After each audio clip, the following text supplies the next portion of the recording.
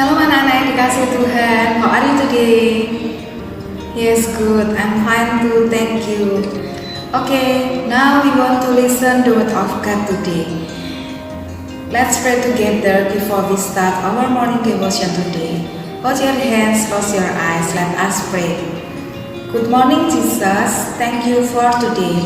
Now we want to listen the word of God. Holy Spirit guiding us to understand the word of God. Please bless us, Lord. Thank you, Jesus. In the name of Jesus Christ we pray. Amen. Let's sing a song. Bohong-bohong itu dosa.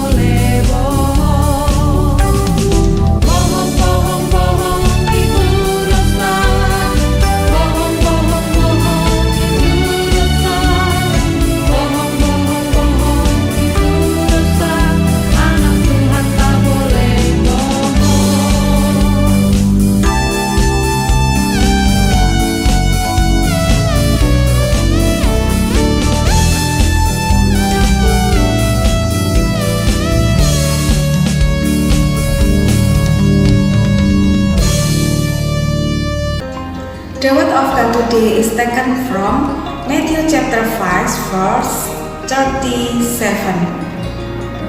Renungan hari ini terambil dari Matius 5 ayat 37. Jika ya, hendaklah kamu katakan ya.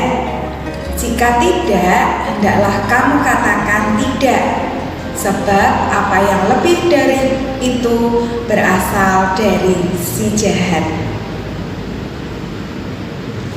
Nah, anak-anak dikasih Tuhan, mari kita saksikan bersama-sama kisah Ananias dan Safira.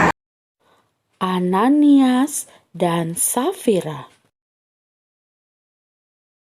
Ada seorang pria bernama Ananias dan juga istrinya Safira. Mereka menjual sebidang tanah milik mereka. Mereka bermaksud memberikan semua hasil penjualan tanahnya kepada Tuhan. Tetapi setelah mereka mendapatkan uangnya, mereka menjadi berubah pikiran. Ananias dan istrinya Safira menyimpan sebagian uang itu untuk dirinya sendiri. Dia kemudian mengambil sisa uang itu dan membawanya kepada Petrus dan para rasul lainnya. Kami telah memberikan semua uang yang kami punya dari penjualan ladang kami kepada Tuhan, kata Ananias. Tetapi Tuhan mengatakan sebaliknya kepada Petrus, karena Tuhan tahu apa yang telah mereka rencanakan. Petrus berkata kepada Ananias, "Mengapa hatimu dikuasai iblis, Ananias, sehingga engkau berbohong kepada Tuhan dan menahan sebagian dari hasil penjualan tanah itu? Kamu tidak berbohong kepada manusia, tetapi kepada Tuhan. Ketika Ananias mendengar kata-kata itu, Ananias jatuh dan mati. Hal itu membuat orang-orang yang mendengarnya menjadi takut akan Tuhan. Lalu datanglah orang-orang muda dan mengapani mayat Ananias, lalu membawanya keluar dan menguburkannya. 3 jam kemudian, Safira, istri Ananias, yang saat itu tidak tahu apa-apa tentang apa yang telah terjadi kepada suaminya, datang kepada Petrus. Lalu Petrus berkata kepada Safira, "Katakanlah, apakah sejumlah ini kamu menjual tanahmu?" "Ya," kata Safira. Ternyata dia berbohong juga. "Kami memberikan segalanya kepada Tuhan sebagai persembahan kami," kata Safira lagi. Petrus berkata lagi, "Mengapa kalian berdua berbohong kepada Tuhan?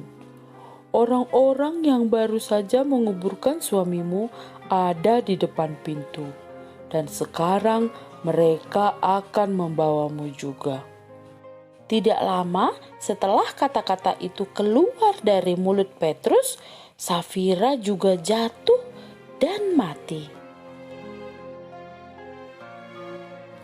Ketika orang-orang muda itu kembali, mereka mendapati Safira telah mati.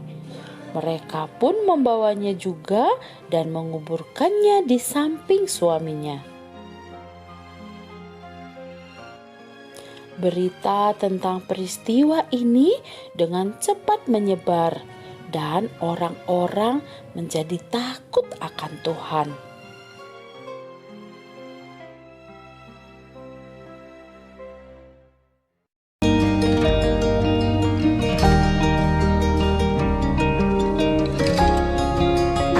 Nah, anak-anak yang dikasihi Tuhan, pernahkah kalian berbohong? "Oh tidak, Miss, aku tidak pernah berbohong, aku selalu jujur." Yes, good, itu yang terbaik ya.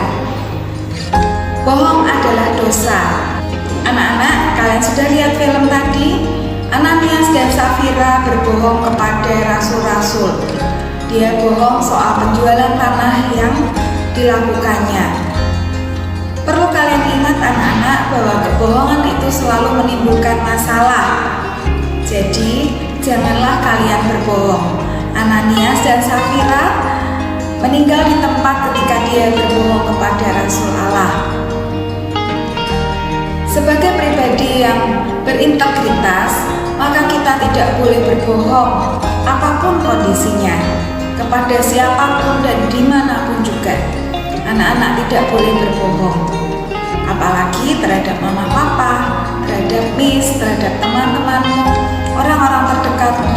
Jangan sekali-kali engkau berbohong, apalagi yang terjadi kepada Ananias dan Safira. Anak-anak, Ananias dan Safira berdusta kepada imam Tuhan, maka ia seketika itu juga dihukum oleh Tuhan. Mata Tuhan melihat apabila kita berbuat baik atau yang jahat. Kalau kita berbuat baik, maka Tuhan akan senang. Kalau kita berbuat jahat, maka Tuhan akan menghukum kita semua. Selalulah berkata jujur supaya Tuhan memberkatimu, dan jangan pernah berkata bohong supaya orang lain pun terberkati dengan perkataanmu yang jujur. Mari kita berdoa bersama-sama. Let us pray together to close our morning devotion today. Thank you, Jesus, for morning devotion today. Now we want to do my activity at home. Please bless us, Holy Spirit, so we can do your word of God in our daily life. Thank you, Jesus. In the name of Jesus Christ we pray. Amen. Shalom, selamat melakukan aktivitas aktivitasmu. Tuhan memberkati.